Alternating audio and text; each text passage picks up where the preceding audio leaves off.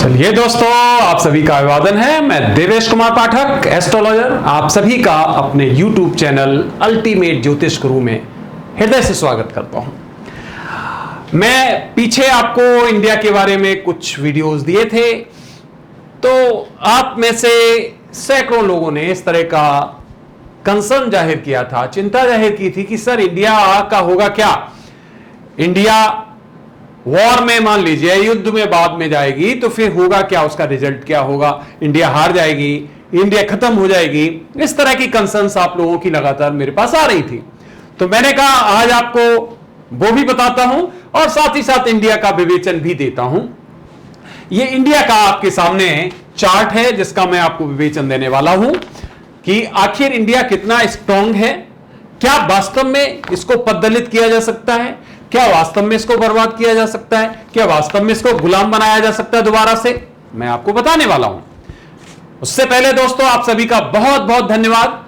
आपने सब्सक्राइबर्स की संख्या लगभग 1 लाख के आसपास पहुंचा दी है। मुझे पूरा विश्वास है कि अभी हमारे पास लगभग 10 घंटे का टाइम है और ये 1 लाख आप पहुंचा देंगे, क्योंकि इस समय 98,400 सब्सक्राइबर्स हो चुके हैं। हमें केवल 1600 की जरूरत है और वो वीडियो बनाने के लिए भी मैं प्रोसेस शुरू कर चुका हूं, क्योंकि मुझे भरोसा है कि आप लोग इसको 1 लाख आज जरूर 7 या 8 बजे तक शाम को पहुंचा देंगे। तो आपसे एक बार फिर वही मैं निवेदन करूंगा कि अगर अभी तक किसी ने सब्सक्राइब नहीं किया है चैनल तो प्लीज सब्सक्राइब करिए, क्योंकि कल सुबह ही आपको एक नया वीडियो मिलेगा जो शायद बहुत ही महत्वपूर्ण होने वाला है आपके लिए। हो सकता है कि वो थोड़ा सा आपको विचलित करे। मैं ऐसा कुछ देने वाला हूं क्योंकि 1 लाख हमारे व्यूअर्स, 1 लाख हमारे सब्सक्राइबर्स होने जा रहे हैं और उस पर्टिकुलर खुशी में मैं कुछ एकदम अलग देना चाहता हूं। तो फ्रेंड्स, अगर आपने सब्सक्राइब नहीं किया तो पहले ही मैं आपसे ये निवेदन करूंगा, सब्सक्राइब करिए, जिससे कि यह संख्या जितनी जल्दी 1 लाख हो जाएगी मैं उतनी जल्दी वो वीडियो अपलोड कर दूंगा। लेकिन पहले बता चुका हूं, अगर रात को आज 11:59 तक यह संख्या पूरी नहीं हुई तो उस वीडियो के लिए आपको सावन के महीने तक इंतजार करना पड़ेगा। तो इसलिए तुरंत वीडियो बाद में देखिए, पहले सब्सक्राइब करिए। केवल 1600 सब्सक्राइबर्स की आवश्यकता है और वो मुझे लगता है 2 घंटे में आप लोग पूरा कर देंगे। तो चलिए अब आगे चलते हैं। इंडिया के बारे में मैं आपको बताना चाहता हूं। पहला पॉइंट समझ लीजिए शुरू करने से पहले कि इंडिया अब आगे कोई भी पददलित नहीं कर सकता है। इंडिया अब कभी गुलाम नहीं बनेगा। क्लियर हो गया? भारतवर्ष हमारा प्यारा प्यारा राष्ट्र कोई गुलाम नहीं बना सकता है। जितनी भी अवधारणाएं चल रही हैं भूल जाइए, टेंशन दूर कर दीजिए, क्योंकि मैं आपको कुछ तथ्य बताने जा रहा हूं, आगे भी कुछ ऐसा बताने जा रहा हूं कि आप बिल्कुल आश्वस्त हो जाएंगे। हालांकि पीछे मैंने कुछ वीडियोस दिए थे, याद करिए, जिसमें मैंने कहा था 5 देवियां, इस तरह का वीडियो मैंने आपको दिया था कि कुछ देवियां और 5 पांडव, याद है, 3 देवियां और 5 पांडव मिलकर इस देश को उस जगह तक पहुंचा देंगे कि जो किसी की हिम्मत नहीं होगी इसको पराजित करने की। तो युद्ध हो, कुछ भी हो, जो मैंने बताया, इंडिया पहले पैसिव रहेगा, लेकिन जब इंडिया आएगा ना, जब युद्ध में आएगा तो इसके हथियारों की काट किसी के पास नहीं होगी। मैं आपको बिल्कुल निश्चित बता रहा हूं, क्योंकि ये चाइना के हथियार नहीं है जो आधे बगैर चले ही टाटा फिस हो जाएंगे, फुस हो जाएंगे। वो वाले हथियार नहीं है। इंडिया के हथियार रिलायबल हथियार हैं और अभी बहुत फास्ट हम लोग इस पर प्रोग्रेस कर रहे हैं। हर चीज आपको या दुनिया को कोई सामने नहीं बता सकता, क्योंकि ये कुछ ऐसी स्ट्रेटेजीज होती है जिनको आपको छुपा के भी रखना होता है। इतना आश्वस्त कर सकता हूं कि अब इंडिया उस फेज में जा रहा है जहां इस पर आंख उठाना किसी के बस की बात नहीं रहेगी। हमारे जवान, हमारी आर्मी, नेवी, एयरफोर्स सभी इतने कमिटेड हैं, उनका मोरल इतना हाई है, और साथ ही साथ हमारे हथियार, जो एक टीम लगी हुई है पूरी एडवांस, और साथ ही साथ जो आने वाले नए इंजीनियर्स हैं जिनके बारे में मैंने आपको बताया है, जो एडवांस हथियार बनाने वाले हैं। तो भूल जाइए, दिमाग से बिल्कुल आज ये डर हटा दीजिए। इंडिया लास्ट में कोई भी युद्ध होगा वो जीतेगा ही जीतेगा, ध्यान रखिए। और इसकी एसोसिएशन केवल 4 देशों से इतनी सशक्त रहेगी कि वो 4 देश ही पूरी दुनिया पर विजय प्राप्त कर सकते हैं। तो निश्चिंत हो जाइए, पहला पॉइंट, कहीं से भी इंडिया को कोई खतरा नहीं है। देखिए, अप्स डाउन्स हर देश में चलते हैं, हर देश की अपनी अलग अलग समस्याएं होती हैं। कहीं पर गरीबी है, कहीं पे जात पात है, कहीं पे संप्रदायवाद है, कहीं पे, ये सब जगह चलता है दुनिया में, पूरी दुनिया में हर जगह। और जहां पर लोग रहेंगे वहां ये रहेगा। तो वो टेंशन वाली कोई बात ऐसी नहीं है कि अरे हमारे यहां तो ऐसा होने जा रहा है, ये हो रहा है, वो कुछ नहीं ऐसा। जब देश की बात आती है तो सब एक साथ खड़े होते हैं, और नहीं भी होते हैं तो फिर ऐसी शक्तियों को मार दिया जाता है, कुचल दिया जाता है। क्यों? क्योंकि देश सर्वोपरि होता है, राष्ट्र सर्वोपरि होता है, उसके बाद कुछ और होता है। क्लियर हो गया? तो चलिए आगे बढ़ते हैं, विवेचन देते हैं आपको इंडिया का। ये इंडिया की कुंडली है जो मैंने आपको दिया, ये लग्न कुंडली है, ये मून, इसका मतलब है चंद्र कुंडली है, ये D9 है, नवांशा जिसको कहते हो, और ये सर्वाष्टक वर्ग के हमने बिंदु दिए हैं आपको। तो चलिए शुरुआत करते हैं सबसे पहले लग्न चार्ट से। लग्न चार्ट आप जानते हैं, ये वृष लग्न है, इसका 17/7, इसका मतलब 742, 742 डिग्री पर राइज कर रहा है, और यहां राहु विराजमान है 0544 पे। इसका मतलब ये उच्च है, उच्च की तरफ जा रहा है, उच्चावस्था में है। राहु अगर किसी भी चार्ट में इस तरह से लग्न में हो तो वो चाहे व्यक्ति हो, चाहे वो राष्ट्र हो, वो बहुत ही शार्प होता है। हर तरह से उसके अंदर कुछ एक्स्ट्रा कैलिबर होता है, एक्स्ट्रा इंटेलिजेंस होता है।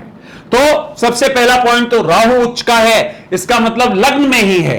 तो इसका मतलब क्या है? Advance technology. इसका मतलब क्या हुआ कि मशीनरी। इसका मतलब यह हुआ हथियार। इसका मतलब जितना भी राहु के बारे में पहले मैं बता चुका हूं वो सब कुछ राहु है।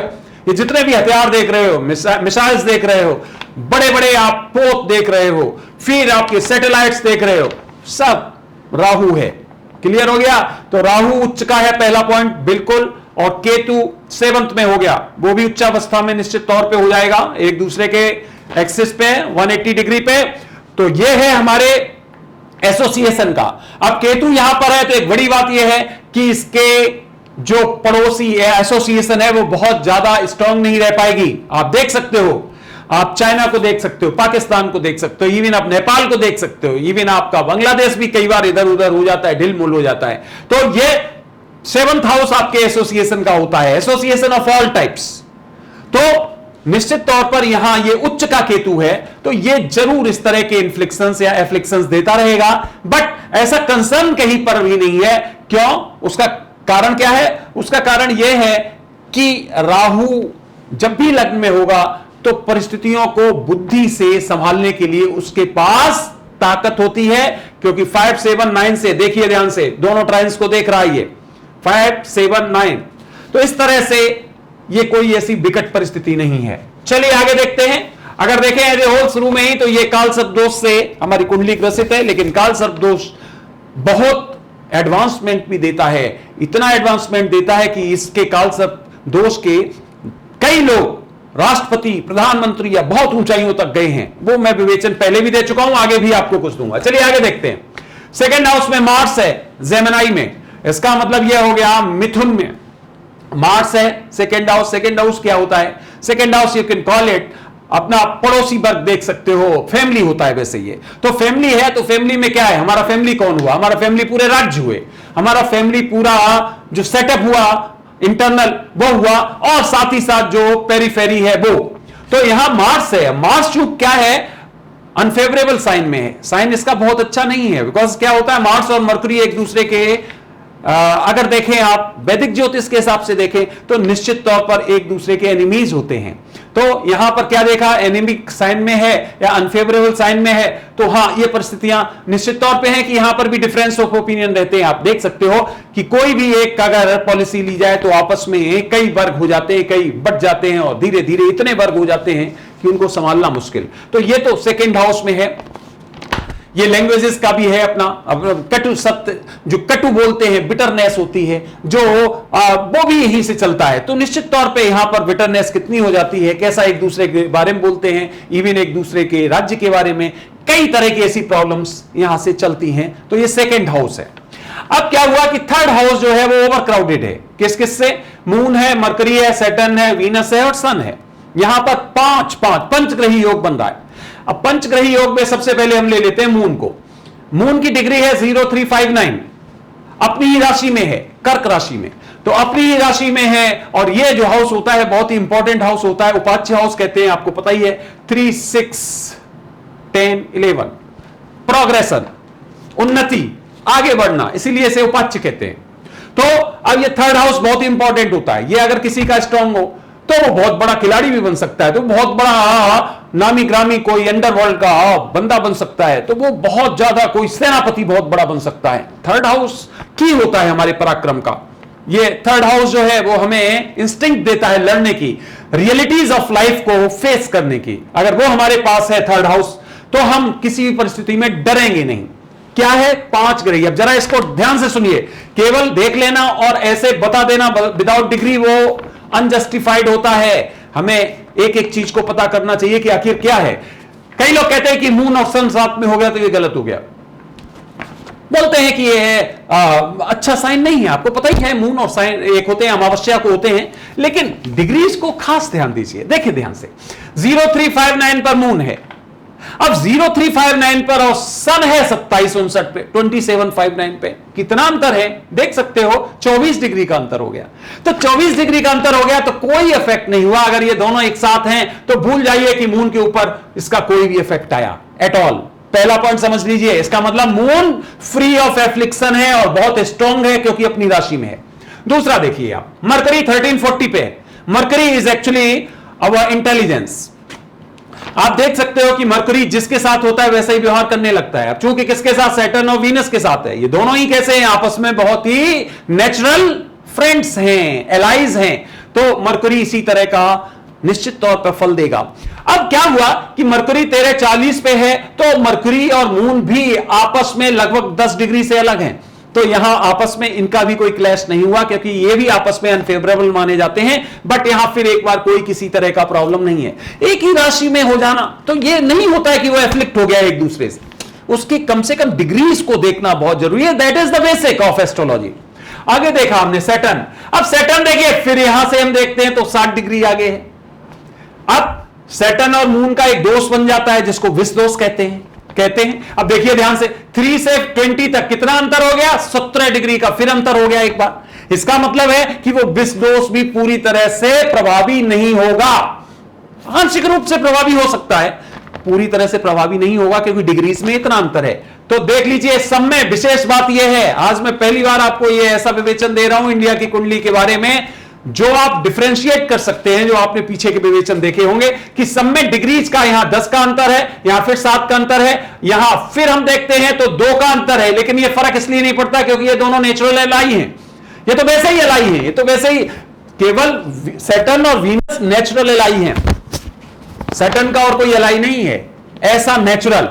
इसके मरकरी से भी अच्छे संबंध है, बट जो नेचुरल एलाई कहते हैं वो सैटर्न और वीनस ही है। तो क्या है, ये अगर विसिनिटी में है, क्लोज विसिनिटी में, तो ये अच्छा है, ये तो और अच्छा फल देने वाले हैं क्योंकि और स्ट्रांग होंगे, ये और ज्यादा अच्छा फल देने वाले।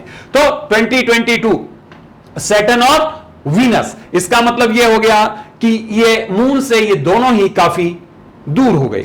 अब देखें सन 2759 पे, जैसा कि आपको बताया, तो सन से वीनस भी कंबस्ट नहीं हो रहा है पूरी तरह से। 22-27 हल्का सा कंबस्ट है अनडाउटेडली, पर चूंकि पीछे है बहुत ज्यादा कंबस्टेड की स्थिति नहीं बन रही है। 6 है और फिर वीनस हम यहां इररिलेवेंट भी कहेंगे, बहुत ज्यादा इतना उपयोगी भी नहीं मानेंगे। क्यों? क्योंकि ऑलरेडी हम ये कह सकते हैं ये कंबस्ट की स्थिति में आ रहे हैं। 6 डिग्री तक ज्यादा कंबस्ट माना जाता है, स्ट्रॉन्ग कंबस्टन माना जाता है।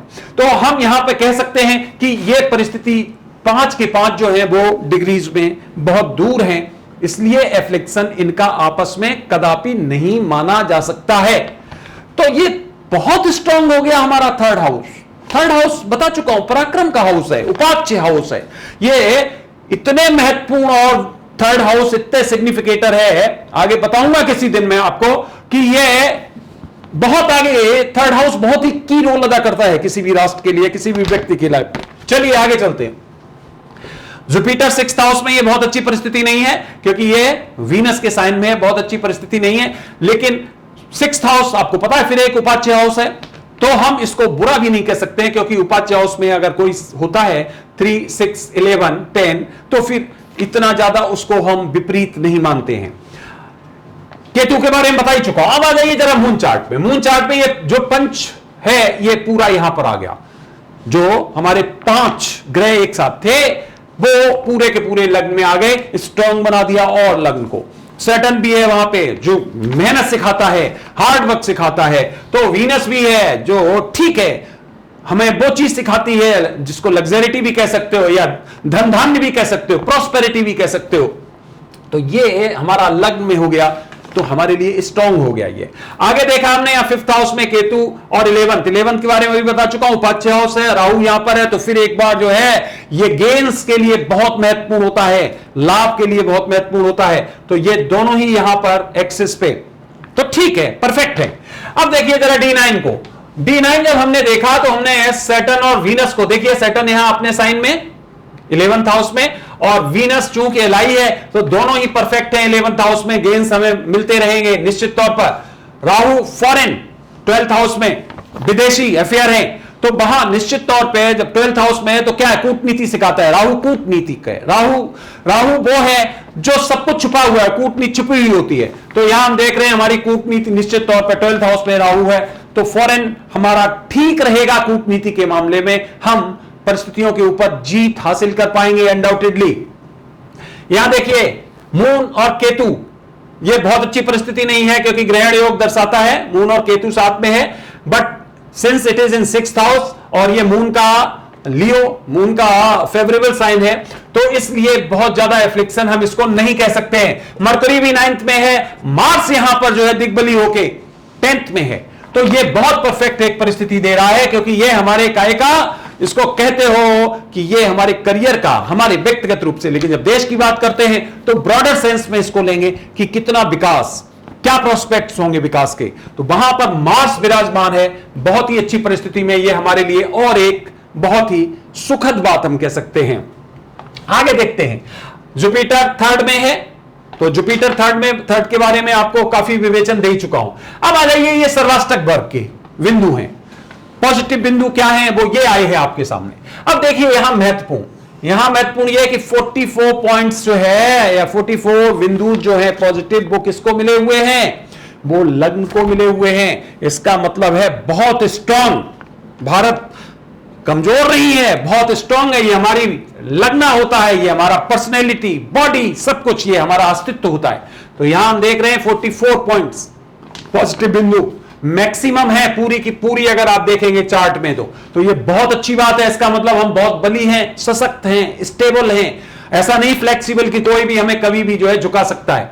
आगे देखिए 11th हाउस में 35 आ रहे हैं, दूसरा सेकेंड हाईएस्ट से गेन कर रहा है, बहुत ही इंपॉर्टेंट है, गेन्स का भाग है, समझ सकते हो आप। तो ये क्या अर्थ हुआ कि बहुत ही इंपॉर्टेंट है। साथ ही साथ ये बड़े जो भी आपके होते हैं कोबॉन्ड्स, उनके लिए भी होता है। तो यहां कोबॉन्ड्स हम लगा सकते हैं, ऐसे जो देश इसके साथ खड़े रहे हैं उनको कोबॉन्ड्स की तरह हम लेंगे।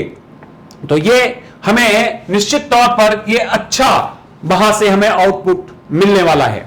आगे देखते हैं, आगे देखा हमने तो 29 पॉइंट्स और 30, इसका मतलब है 10th और 5th हाउस के, ये दोनों ही हाउस अच्छे हैं।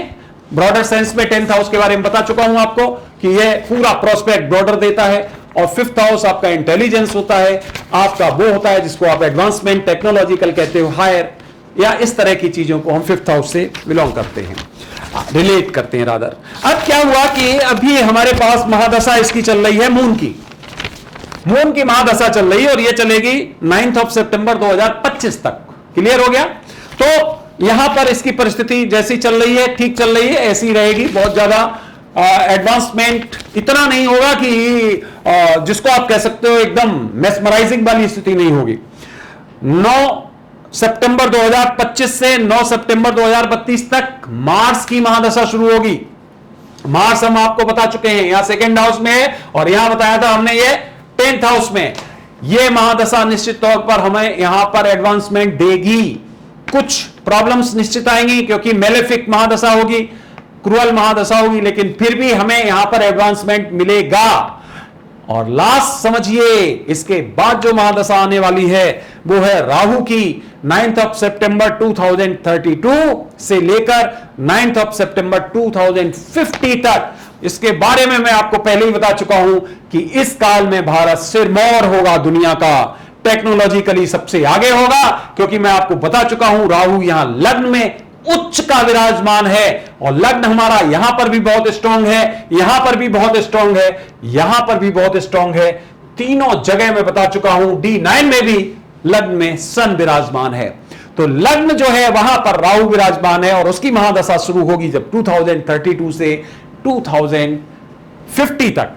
तो निश्चित तौर पर 9/9/2032 सिरमौर होगा भारत, और दुनिया को टेक्नोलॉजिकली, और एक जिसको कहते हैं चाहे कोई भी हो, स्पेस टेक्नोलॉजी हो या फिर और अलग तरह के जो हथियार वेपनरी है या फिर एडवांसमेंट की चीजें, वहां पर ये निश्चित तौर पर आगे बढ़ाएगा, क्योंकि राहु हर चीज का स्रोत होता है। ऐसे तो आप समझ लीजिए कि यहां पर हम कह सकते हैं कि भारत दुनिया में लीड रोल अदा करेगा।